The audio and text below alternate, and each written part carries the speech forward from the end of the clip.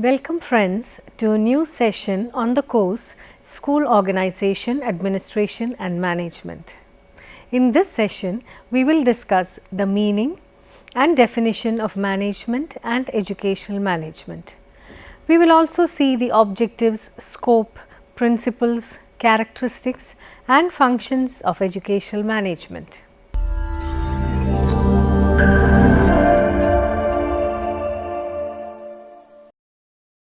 Let us see the meaning and definition of management.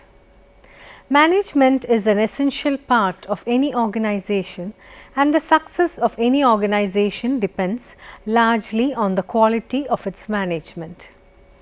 Harold Kuhns defined management as the art of getting things done through and with people in formally organized groups. Adesina 1990 defined management as the organization and mobilization of all human and material resources in a particular system for the achievement of identified objectives in the system. According to Henry Fayol, to manage is to forecast and plan, to organize, to coordinate and to control. Donald J. Clough defines management as the art and science of decision making and leadership. Management simply means the act of steering an organization or system towards certain predetermined objectives through systematic procedures. It also means act of getting people together to accomplish desired goals.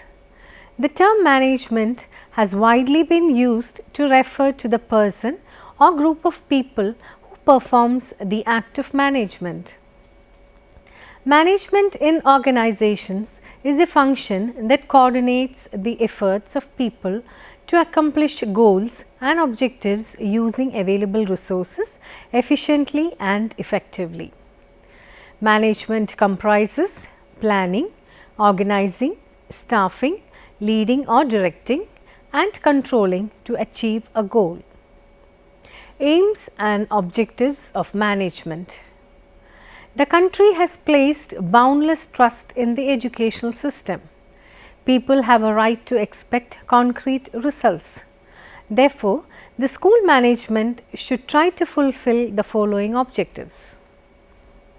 The school life should be organized in such a way that it can provide social life to the students so that they may learn to live together and develop outstanding characteristics of an ideal citizen. Second, the allocation of resources such as finance, equipment and staff should be properly made. Attempts should be made to make the school a community center. Teachers and students should be allowed freedom and should be encouraged to take initiative in different school activities. Co-curricular activities should be organized. While implementing some important policy matters, all the interested parties should be duly consulted. Instructional strategies should be planned, keeping in view the needs, interests and aspirations of the students. To get effective results in teaching learning activities, human and material resources must be properly used. Students should be trained to develop scientific attitude towards life and its problems. Students should be trained to develop a sense of ethical judgment and aesthetic appreciation based on a right philosophy of life. Students should be provided with such education which will help them in getting vocations according to their abilities and aptitudes. The headmaster should supervise the work of the teaching and non-teaching staff members and allot them work on the basis of their worth, interest and aptitude. The headmaster should maintain a cumulative record card to study the progress of the students in academic and non-academic fields. There must be adequate provision of financial resources which should be properly utilized by adequate budgeting process. There must be provision to discover the innate potential of the students. Principles of democratic administration should be followed in all fields of work. Persons involved in school management should have freedom to work in all fields of life objectively, fairly and justly. Effort should be made for the efficient use of the school machinery. All the organizational agencies of the school should be inspired to work with a team spirit to achieve the fixed objectives. For the achievement of these aims and objectives, the school management system should work systematically and efficiently. Educational management, its meaning and definition. Educational management is the implementation of management principles in educational field. So, as the name implies, educational management operates in educational organizations or institutions. It is a process of planning, organizing, directing and controlling the activities of an institution by utilizing human and material resources effectively and efficiently so as to accomplish functions of teaching, research and extension. It also refers to an organized body of professionals that includes principals, teachers and other professionals who takes decisions on human resources, finance, equipment and materials for achieving certain predetermined educational goals of any educational institution. So, educational management is a very complex human initiative in which several resources of an educational institution are brought together and made available to achieve and realize the desired educational goals. Thus, educational management suggests the practical measures for ensuring the educational system to work for accomplishing the goals of an educational institution. Let us see some of the definitions of educational management. There is no single accepted definition of educational management as it has developed from several disciplines like sociology, economics and political science. But some specialists have proposed their views in the form of definitions for educational management. According to Paul Monroe, steering an educational institution towards specified objectives through certain processes is educational management. According to G. Terry Page and J. B. Thomas, theory and practice of the organization and administration of existing educational establishments and system is educational management.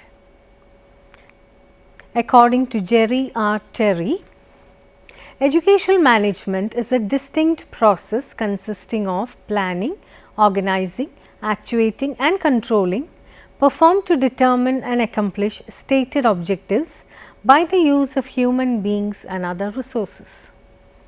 It can be understood from the above definitions that educational management is a comprehensive effort intended to achieve some specific predetermined educational objectives. It is concerned with educational practices. Educational philosophy sets the goal. Educational psychology explains the principles. Educational administration tells how to achieve educational objectives and principles. It is concerned with both human and material resources, where the human elements include children, parents, teachers and other employees of the institution. Material resources include finance, buildings, grounds, equipment and instructional supplies. There are also ideas, laws, regulations, etc.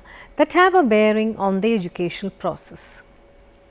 In a broader perspective, educational management describes about setting directions, aims and objectives of educational institutions, planning for progress of the institution, organizing available resources like men, material and money, controlling, implementing and evaluating processes, setting and improving educational standards, etc. The need for educational management. The educational system is undergoing fast and tremendous changes. This has resulted in the development of a distinct branch of study known as educational management. The educational administration needs the use of relevant management theories and techniques. It is increasingly becoming important that educational system, if it is to become meaningful, must have well trained and experienced managerial personnel to cope up with the changing context of educational system and its administration. An application of the sound knowledge in related areas would enable the professionals in the field to improve effectiveness of their institution. There are many important factors that have influenced the development of educational management in recent years. Let us look into these factors. First, growing complexity of educational enterprise. Since the nature of education is so complex, its proper management is very vital. With increase in complexity, it necessitated the need to manage it systematically. Second, modern technological developments. Developments in the field of science and technology significantly contributed to the emergence of educational management as a single discipline. With the introduction of new technological devices in education, there was a need felt for their proper management. The third factor, ever changing pattern of education. The pattern of education never stands still and it changes as the society undergoes a change. So, experts found a method to manage the educational institutions according to the changes in the society. The fourth factor, the rising cost of education. The cost of education is continuously increasing. Management ensures that all the available resources are effectively utilized to produce a maximum results with minimum costs. The next factor, increasing politicization of education. Both politics and education are closely interrelated. Even minor changes in the political system of a country would necessitate consequential changes in the educational system. Next, social changes. School is a miniature society and it is the duty of the educational institution to equip the learner to lead an effective social life. Proper management is essential to prepare educational institutions according to social changes. Now, let us see the importance of educational management in today's world. First, to function effectively and efficiently. Educational management helps any institution to function effectively for achieving its desired goals. With timely management of all resources, maximum output can be produced. Next, to bring qualitative changes. Proper management will lead to creative and qualitative changes in all aspects of the educational institution. Third, to achieve goals. By managing the resources efficiently, we can check the progress against predetermined goals. Management helps to ensure that all efforts are directed to achievement of pre-planned goals. Next, optimum utilization of resources. Educational management helps in coordinating all available resources for the optimum utilization to achieve expected goals. Expansion and diversification. Management helps to identify required modifications, renovations and diversifications of material resources and programs, which in turn guides in enhancing efficiency and effectiveness of infrastructure, leading to expansion of institution. Next is motivating members. All members in the institution gets motivated when their attempts are regularly supervised and reinforced. Next is maintaining good interpersonal relations. Educational management helps to have good interpersonal relationship and mutual understanding among different stakeholders. Let us now see the scope of educational management. The scope of educational management is very vast. It includes everything regarding the efficient functioning of the educational institution, securing the greatest benefits through an adoption of practical measures. It interprets and clarifies the functions of an educational program and harmonizes their mutual action. It ensures sound planning, good direction and efficient and systematic execution. Thus, everything concerned with an educational institution come under the scope of educational management. They are human resources. To provide human resources like teaching and non-teaching staff to schools and colleges. Second, material resources. To organize material resources for the effective utilization. It selects and purchases school sites, selects and arranges supply of textbooks. School records. To maintain school records and accounts properly to ensure smooth functioning of the school. Evaluation. To provide timely evaluation of pupil achievement and to provide regular supervision. Timetable. To prepare timetable for effective functioning of school. Discipline. To maintain good discipline in the institution. Co-curricular activities. To systematically organize co-curricular activities. Supervision. To effectively supervise school work. It is concerned with the selection, supervision and inspection of the teachers and other employees. It also pays the teachers and other employees and promotes them. Finance. Prepares the school budget and secures revenues for financing the school. It ensures that all school money is economically spent and every expenditure is accounted for. Educational research and publications. To encourage educational researches and publications. Functions of educational management. Management means steering an organization towards specified objectives through certain processes, and these processes include planning, organizing, controlling, decision making, motivating, leading, communicating, performance appraisal, linking rewards to performance, human resource development, etc. Let us take the case of planning. This is the most basic and extensive process in managing. It means deciding in advance what results are to be achieved and what actions are to be taken for the same and who should take such actions, where, when and how. It is necessary for a rational allocation of the resources and for anticipating the opportunities and problems that lie ahead. Second, organizing. This is the process of grouping people and activities at the disposal of an organization. In a judicious manner, people and activities have to be grouped to produce the best results by following the most appropriate sequence of events. Third, controlling. Controlling means checking the progress of the plans and correcting any deviations that might occur along the way of implementation of plans. Controls ensure quality, appropriateness of means and actions. Fourth, decision making.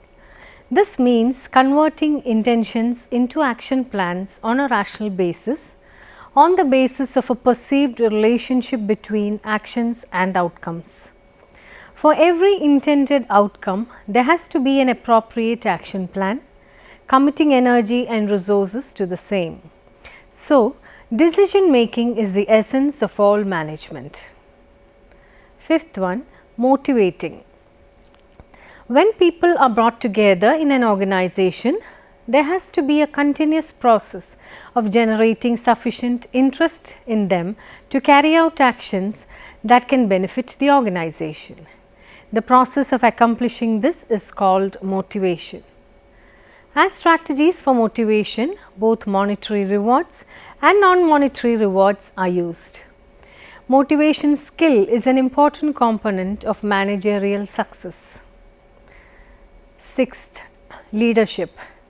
A group of people always needs leadership to function effectively and to produce significant results. Leadership is a process of making ordinary people to do extraordinary things which they would not accomplish if left alone. Leadership involves skills in ideal building, inspiring, divergent interests, building self-confidence and morale, etc. Seventh, communicating. Communication is aimed at making others understand what they are expected to do and at ensuring whether they are doing it or not. This calls for clarity of objectives, of means, of the capacity and willingness of the people concerned, of their styles of thinking and acting. Eighth, performance appraisal. For ensuring effective performance of individuals, groups and organizations, it is necessary to have good systems of performance appraisal. Performance appraisal is a process of evaluating the contribution of an employee for the purpose of determining its reward and development needs.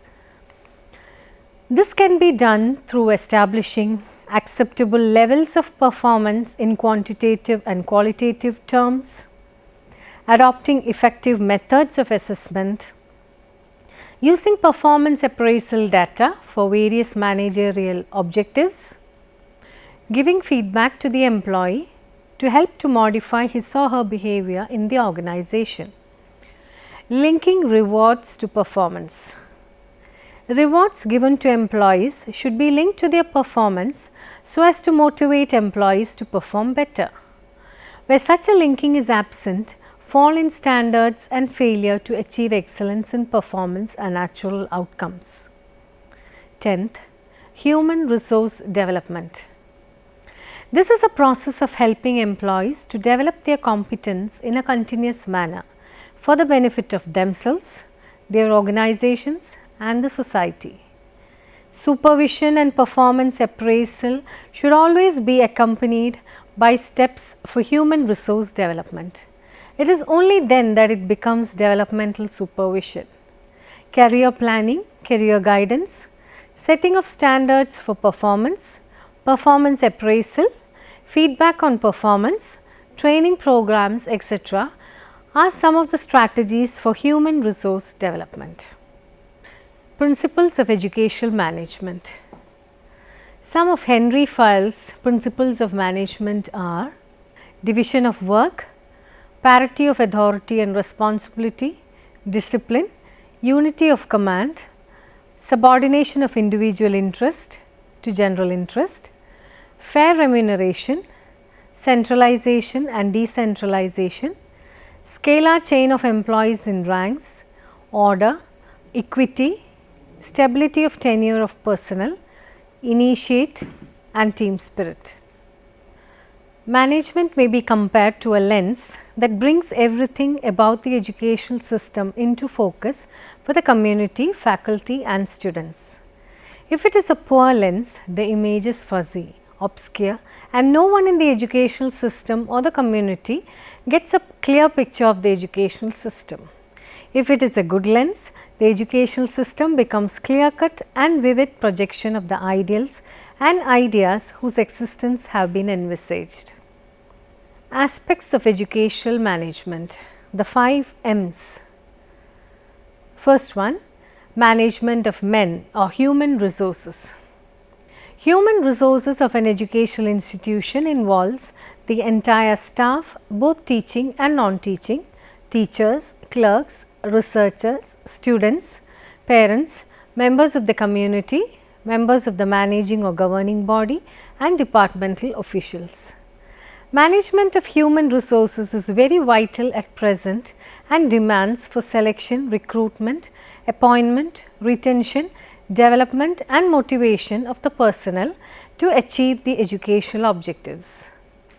The individuals involved in the process should be provided with adequate facilities for reaching the highest levels of achievement and for improving their professional growth to a maximum. So, an educational institution, in order to be effective and efficient, must ensure that there are right type of people with the right skills in the right place and at the right time for carrying out the various services. Second, management of money or financial resources. It deals with the utilization and development of financial resources and its allocation in different heads for the smooth management of educational institutions. School management requires proper budgeting, accounting and audit system as these are required for making transparent policies, plans, rules and regulations. Third, management of machines or instrumental resources. The modern age of science and technology has made it possible to equip the educational institutions with various media, machines and technological innovations. All these materials are to be used effectively and efficiently to yield maximum output. Fourth, management of materials or physical resources. Basic infrastructure is essential for every institution. Buildings, playgrounds, equipments, furniture, machineries and stationaries are required for various practical purposes. Libraries, laboratories, auditorium, playground, etc. are part and parcel of an educational institution for organizing different curricular and co-curricular programs. Fifth, management of method or ideational resources. This implies the organization of ideas and principles into the educational institutions. The resources based on ideas include the curriculum, method of teaching, innovations and experiments. Since these ideational resources have significant role in contributing to the well-being of the institution, their management is also crucial. Models of management. There are a number of different models of school management, each recognizable by a particular way in which decision making is carried out. Let us see some of them. First one, the hierarchical model. In this system, there is clearly defined a structure of authority. The headmaster takes complete authority over all that goes on in the school. The lines of authority moves downwards. The second model, the departmental model. In this system, the headmaster delegates authority to senior members of staff and the lines of authority move outwards rather than downwards. The headmaster will usually make clear what he or she would like to see happening in the school and will do this through discussion with other teachers of the school. Third is the democratic model. In this system, there are no lines of authority operating as in the other models. Instead, the school operates through a school council which has representatives of all interest groups. Policy making decisions are taken by this council with the headmaster in the role of chairman or coordinator of representatives from teaching units. This system tries to ensure that all interests are fully represented in the organization of the school. Let us discuss the types of educational management. The first, participatory and non-participatory management. Educational management is an organizational behavior system for the purpose of improving the learning situation of children. It aims at facilitating the release of the human potential of the organizational members that makes available a more competent staff to conduct human interaction, that is called education. It is participatory and non-participatory management system that determines how best human potential can be released. Let us see the case of the non-participatory management system. Non-participatory management system believes in managing its affairs without participating with the group members involved in the process. Here, the management uses its power, position and authority to get people to do things as they think. The authorities here feel that they know what a good learning situation is and they have insight as to how the educative process can provide right learning. The management system takes the decision and tells the staff what to do. It exercises dictatorial types of control. But the management system gives suggestions, formulates policies, recommends courses and textbooks and suggests solutions to educational problems. Here the power has been centralized. Such a non-participatory attitude suppresses initiative and originality. It also develops fear and distrust and tends to discourage the best persons who are intellectually honest, independent, original and resourceful. It limits the potential accomplishment of the group. Next, the participatory management system. Participatory management system likes to be assisted by the group members to plan together for program improvement. As problems arise in the organization of the group, the management authority thinks of ways in which the group can attack the problem. The management authority participates in the discussions, exercises their full intelligence and gives the group the best thoughts. Whenever possible, decision is delayed until consensus is reached. Group power is the total capacity of the staff centered upon the attainment of definite goals and operating through relationships built under the guidance of the management authority. The participatory management system follows the power with concept, where the leader is able to build group loyalty, a sense of personal responsibility for the accomplishment of group goals. They create corporate working relationships with the members of the staff rather than personal control over the actions of individual members. To summarize what we have learned today, educational management implies a comprehensive effort to direct, guide and integrate associating human strivings which are focused towards some specific ends or aims set for the society. In this session on educational management, we discussed the meaning and definition of management and educational management. We also saw the objectives, scope, principles, characteristics and its functions.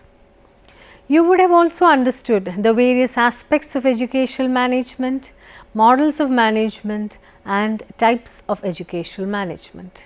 Thank you for watching this session. See you next time. Until then, bye.